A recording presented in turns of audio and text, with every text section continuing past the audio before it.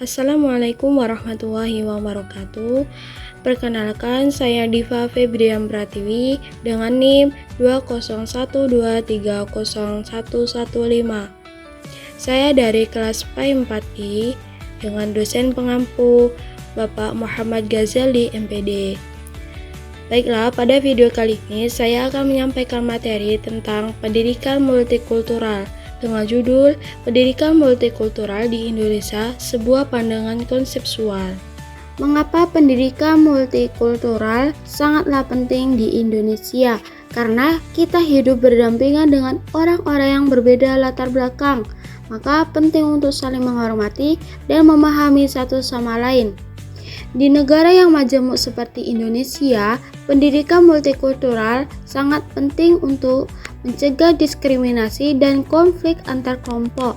Contohnya, ketika di sekolah, siswa hanya diajarkan satu sudut pandang saja. Siswa lain dari latar belakang yang berbeda bisa merasa tersisih. Akhirnya, bisa menimbulkan rasa tidak adil, bahkan pertengkaran atau perpecahan.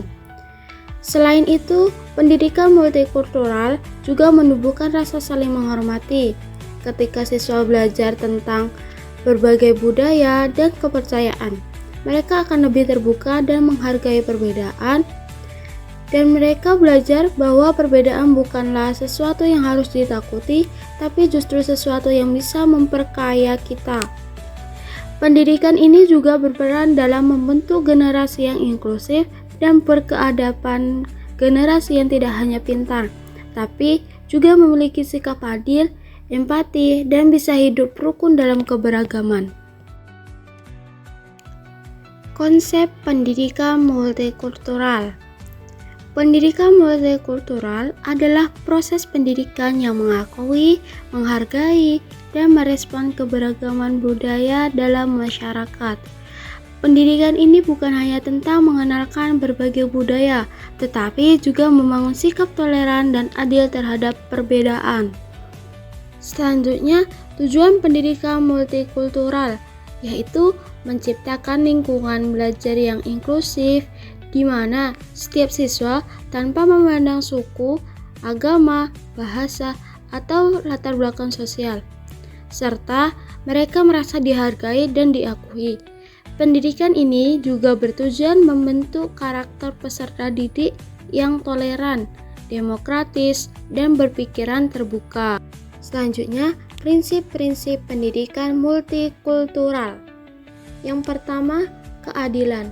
Dengan adanya keadilan dapat memberi perlakuan yang setara bagi semua siswa. Yang kedua, kesetaraan, yaitu pengakuan bahwa semua budaya memiliki nilai yang sama. Yang ketiga, inklusivitas. Dengan adanya inklusivitas dapat mendorong partisipasi aktif dari semua kelompok. Yang terakhir, toleransi. Dapat membangun kedamaian dalam keberagaman. Selanjutnya, ada 3 isu-isu dalam pendidikan multikultural. Yang pertama, rendahnya penerapan nilai multikultural di sekolah.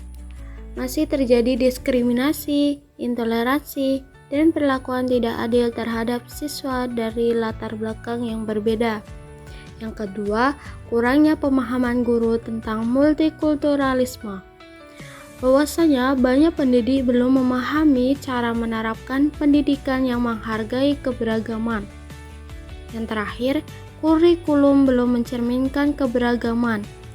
Materi ajar masih cenderung berfokus pada budaya mayoritas, belum inklusif terhadap semua kelompok. Selanjutnya, tantangan yang dihadapi. Yang pertama, keanekaragaman budaya yang sangat luas. Keanekaragaman ini sulit menyatukan pendekatan pendidikan yang sesuai untuk seluruh daerah di Indonesia yang sangat majemuk. Yang kedua, minimnya pelatihan guru dalam pendidikan multikultural. Guru belum dibekali strategi mengelola kelas yang beragam secara efektif. Yang ketiga, sikap intoleransi masih muncul di lingkungan sekolah. Dengan adanya diskriminasi berdasarkan agama, suku, atau status sosial. Yang keempat, kurangnya dukungan kebijakan dan pengawasan. Regulasi tentang pendidikan multikultural belum dijalankan maksimal di semua tingkatan pendidikan. Yang terakhir, kesimpulan. Pendidikan multikultural secara konsepsional bukan hanya soal pengetahuan tentang budaya lain, tetapi tentang membentuk karakter siswa agar bisa hidup bersama dalam perbedaan.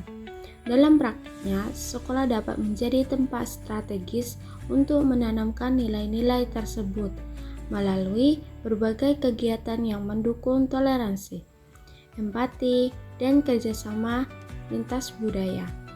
Inilah video yang saya jelaskan. Bila dari awal hingga akhir terdapat banyak kesalahan, saya mohon maaf sebesar-besarnya.